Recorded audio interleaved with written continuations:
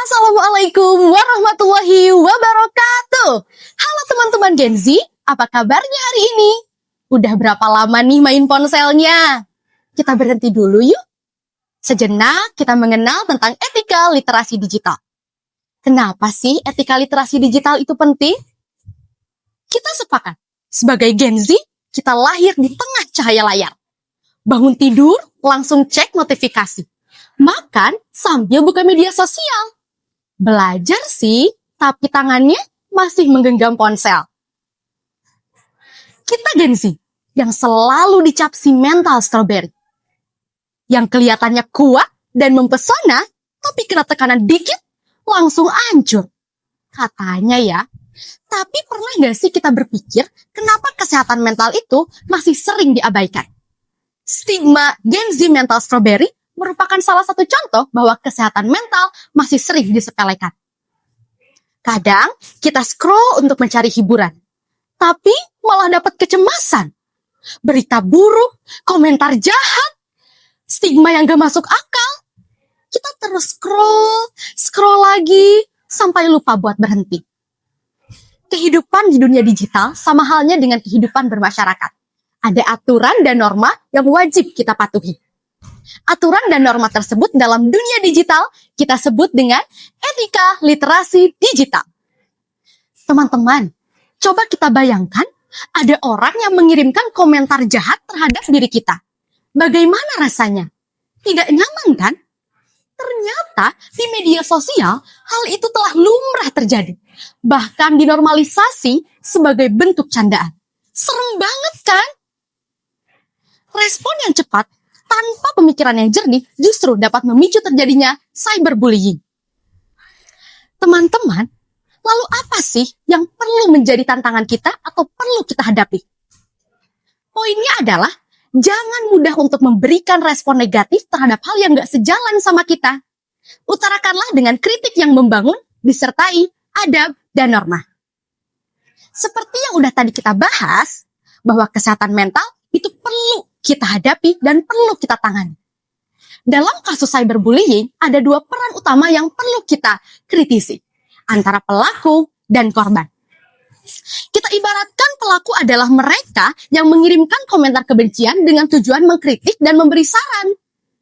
Tapi karena pola yang tidak benar, kesalahpahaman justru dapat membuat korban menjadi depresi atau bahkan melakukan hal yang paling membahayakan, seperti menghilangkan nyawanya sendiri. Lalu, bagaimana sih cara mengkritik yang baik dan benar? Yuk mulai terapkan pola aksi. Apa itu aksi? A. Apresiasi. Apresiasi terlebih dahulu konten yang akan kita komentari. Apresiasilah dengan dukungan serta sapaan hangat agar orang lain merasa nyaman. K. Kritisi. Kritisilah apa yang gak sepaham sama kita. Tapi dengan catatan, dengan kritik yang membangun. S. Solusi. Berikanlah solusi dari sudut pandang kita, akan tetapi tanpa unsur diskriminasi. Dan yang paling penting adalah I. Inspirasi. Pastikan bahwasanya kritik dan solusi yang kamu berikan mampu menjadi inspirasi untuk orang lain, sehingga dapat berkarya dengan jauh lebih baik. Selanjutnya, bagaimana korban perlu bersikap? Yaitu dengan mengaplikasikan mindfulness. Apa itu mindfulness? Mindfulness merupakan pola pikir yang memposisikan kesadaran dari luar diri kita ke dalam diri kita. Sesuai dengan buku yang telah saya baca, karangan Dr. Jamie, dengan judul Merawat Luka Batin. Mindfulness ini mengajarkan kita untuk mengamati pemikiran kita sendiri, sehingga dengan digital mindfulness mampu mendorong kita untuk lebih sadar akan apa komentar yang perlu kita saring. Yang kedua, lebih dapat merespon hal dengan baik. Selanjutnya, lebih dapat menyayangi diri sendiri. Selanjutnya, lebih bisa menyayangi dan menghormati orang lain. Teman-teman, media sosial dan dunia digital merupakan dua hal yang perlu kita tanggapi dengan serius. Etika digital bukanlah hal yang hanya dipajang saja. Kita udah melek dunia digital. Sudah saatnya kita menerapkan etika digital di dunia digital. Jadilah generasi Penerus bangsa yang sadar akan dunia digital akan tetapi mengaplikasikan dengan etikanya. Yuk mulai terapkan 4 pola ini. Yang pertama, pikirkan sebelum utarakan. Yang kedua, amati sebelum menghakimi. Yang ketiga, istirahat sejenak, bukan berarti lemah. Yang keempat, utarakanlah sesuatu hal dengan dukungan, bukan tekanan. Dunia digital bukanlah tempat untuk merusak mental.